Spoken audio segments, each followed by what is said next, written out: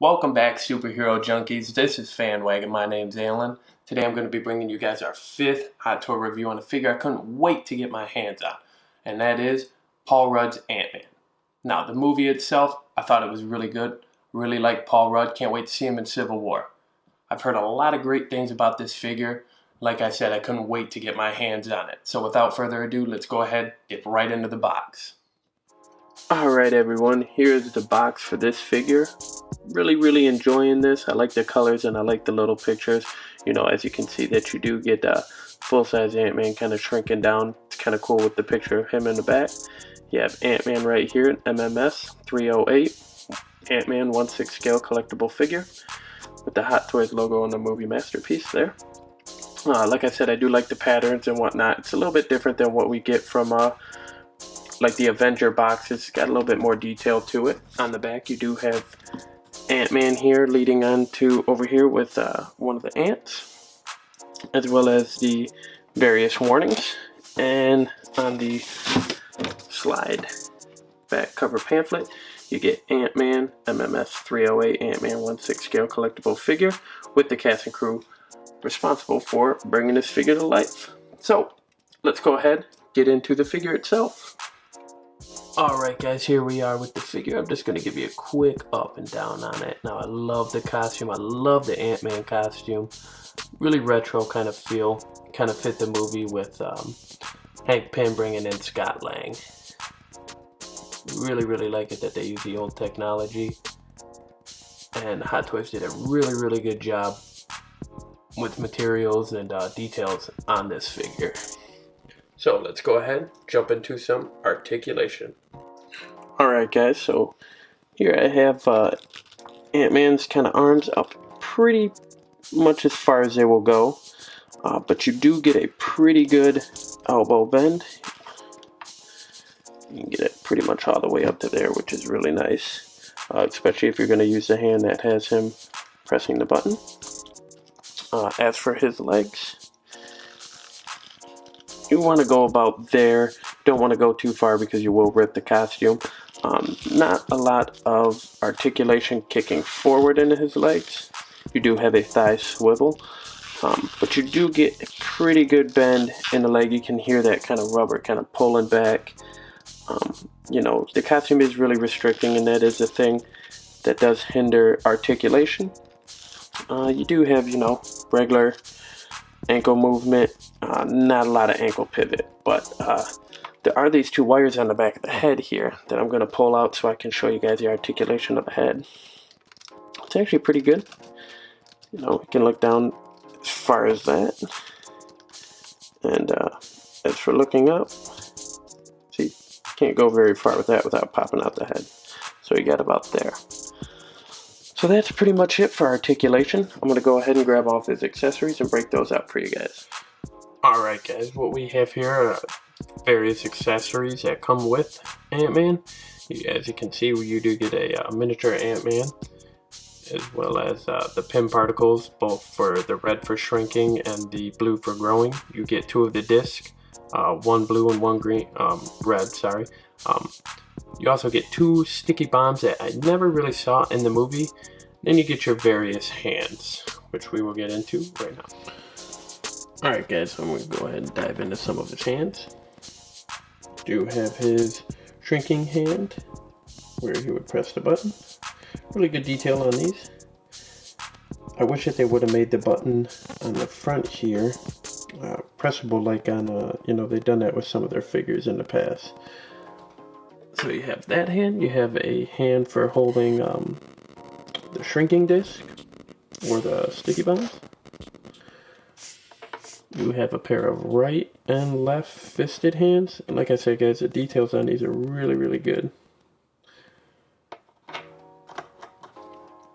As well as a pair of right and left relaxed hands.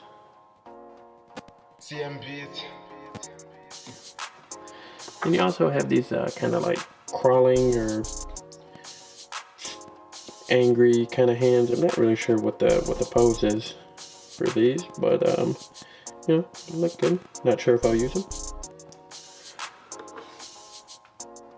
Now for his other accessories, You see here that he comes with 2 sticky kind of bombs. Like I said, I don't remember seeing these in the movie at all. I just watched it the other day looking for them, but did not see them. You also come with the growing PIM particles. Really good detail on those, and those actually go into his belt. And the shrinking particles, the whole reason why they call him Ant-Man, as well as his throwing kind of ninja disc, the blue one for growing, and the red one here for shrinking. And the detail is really, really good on these. I really do like them. And then probably the most important accessory that you get with Ant-Man is the miniature Ant-Man himself. I'm trying to get that into focus for you guys. Now, for this being so small, the detail on it is great. That is one thing that I'm going to give up to Hot Toys, because for something so small, the detail is really, really great on it. Try to get that in focus for you guys.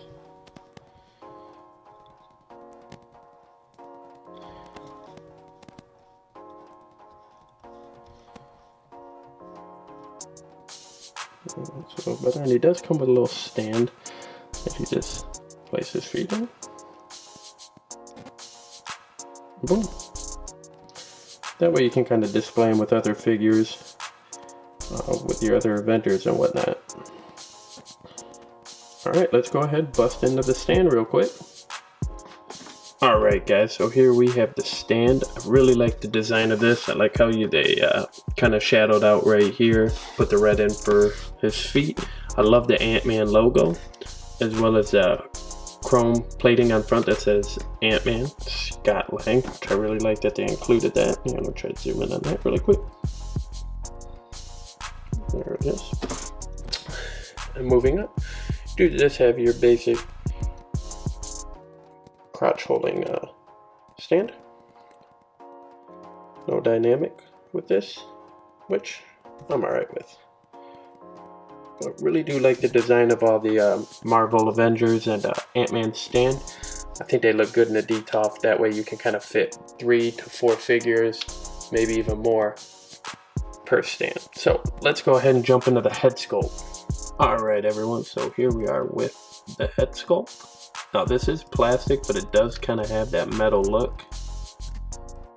You do want to be careful too with these, because these will break off. And this does have a light up function. I'm just going to show you where the plug is, because it's too bright in here to turn out. But that is it with it on. You kind of get a little light under there, as well as over here. Turn that off. Click this back on.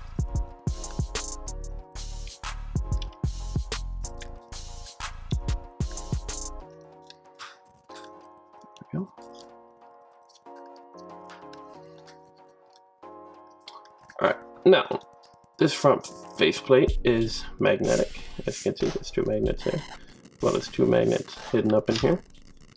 And when you take that off, you can actually pull this down and away, and it reveals the awesome Paul Rudd head sculpt. That's actually one reason why I bought this figure, is the head sculpt. Heard a lot of good things about it. People say it looks a lot like Ben Affleck, but Paul Rudd and Ben Affleck just kind of look a lot alike. Like I said, this is fully articulated. It can go up and down, as well as push in and pull out, which gives it a really nice look if you want to go with that look. Oh.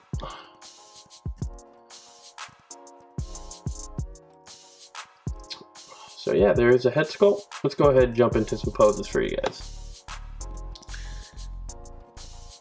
Figure is really hard to pose with his legs, but can get it up there. Looks pretty good doing it.